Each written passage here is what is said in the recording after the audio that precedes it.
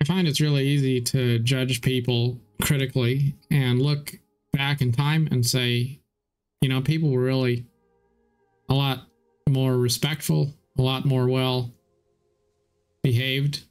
They carried themselves more politely, more respectably than they do today. Because I look around and I see a lot of people who just seem really undisciplined, really sloppy, very poorly spoken. And sometimes it just seems like the world is falling apart around us. And to a point, there's value in that argument, because the world does have its problems. And sometimes those are inexcusable, and you just have to say, you're going to call a spade. But there's also something to be said for the fact that most of the time, we tend to look back at about the time when we were born, that time period, and we have this sense of nostalgia.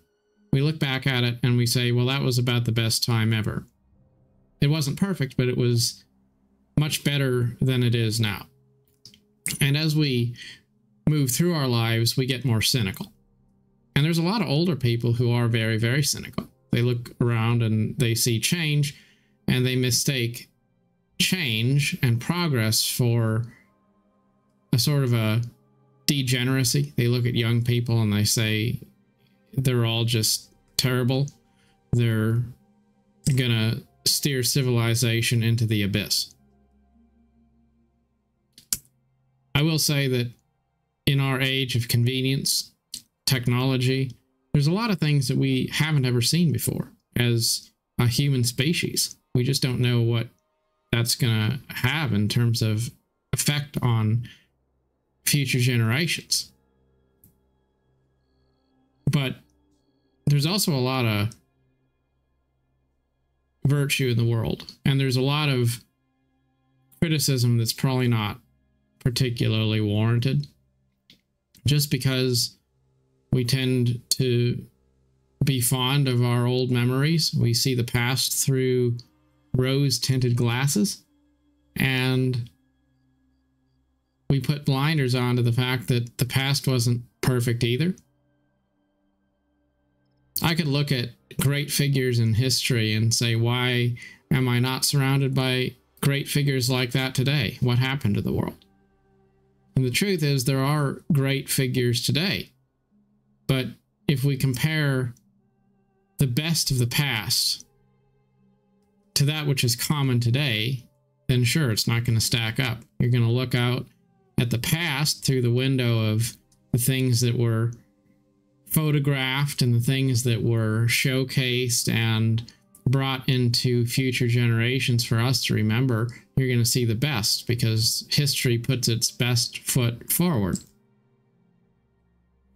And then you're going to look at your life around you today and say, well, that's not at all what I see now. I see a lot of common, miserable things. The truth is,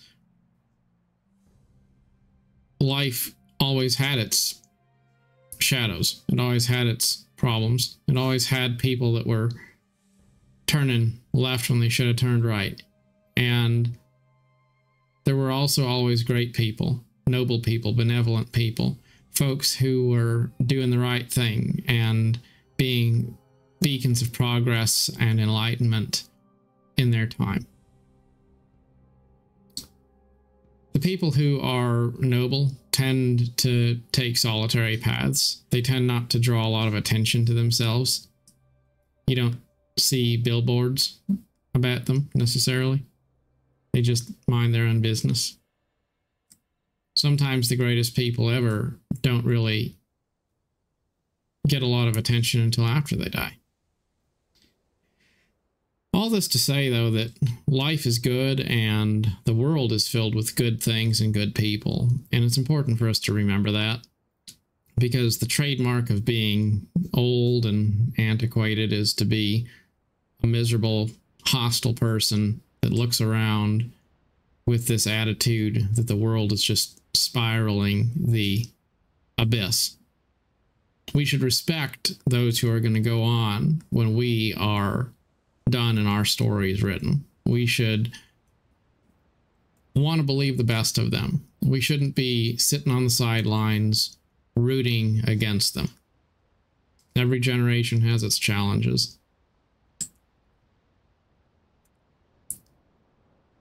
Conversations that are going to be vital to their time. And absolutely, without doubt, when we are young, our elders look at us with disdain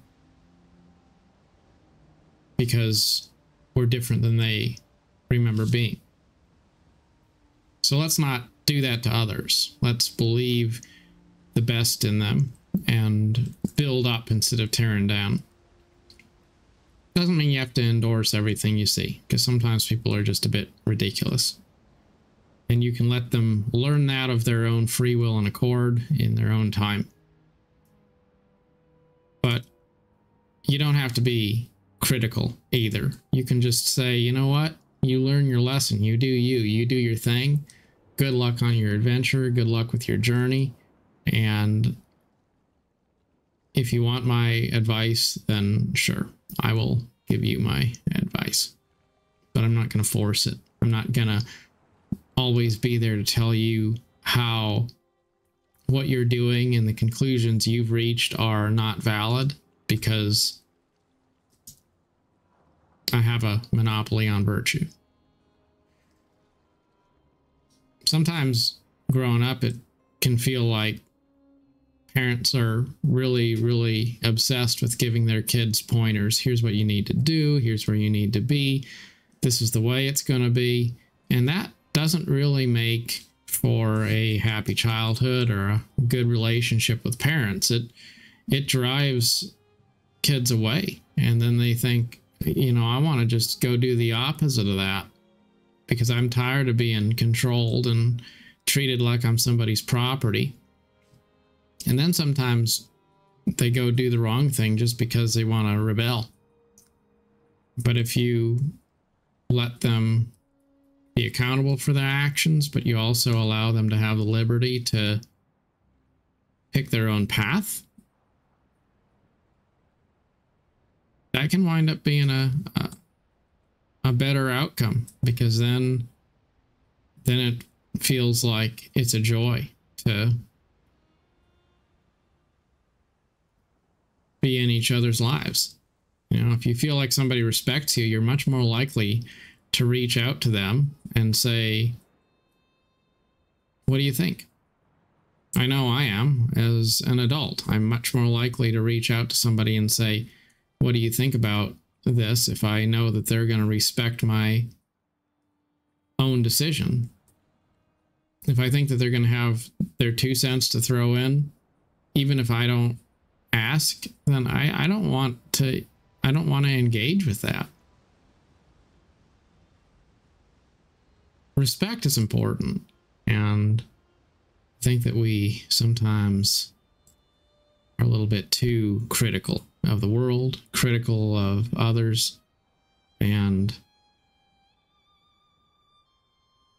when we get to the end of our lives, when we're done, it's going to be those future generations carrying on. So, probably would be in our interest to be respectful of them, to have some sense of pride in what they're going to become, in the path and the journey ahead. Because it's not a good place to be, to get to the end of your life and then realize that everything that you have lived for, everything you've done, you feel like it's for nothing, because you feel like it's wasted energy on people who don't deserve it. That's a poor outlook to have. Far better, I think, to believe that there's good all around you and be excited about other people's journey, even if it seems a little bit off the rails. A couple 100 years ago, 300, 400 years ago, there were a lot of amazing things happening in the world, but there was also a lot of darkness. So let's not be part of that crowd that spends our time talking about how, because there's things happening that we think are stupid or ridiculous or we don't agree with in the world, that the world is spiraling the drain. It's the end times. It's all going to fall apart. It's time for God to burn the earth with fire and send everyone into eternal damnation. Maybe we shouldn't have that attitude. Because most likely if we went back to the age before things like slavery were abolished, before things like running water were invented, if we could go back there, we'd come back with a much better attitude and outlook about the world we live in today. And we'd realize that we are surrounded by blessings, and a lot of people who we might criticize aren't so very bad after all. Good luck with your journey. As always, thank you for watching.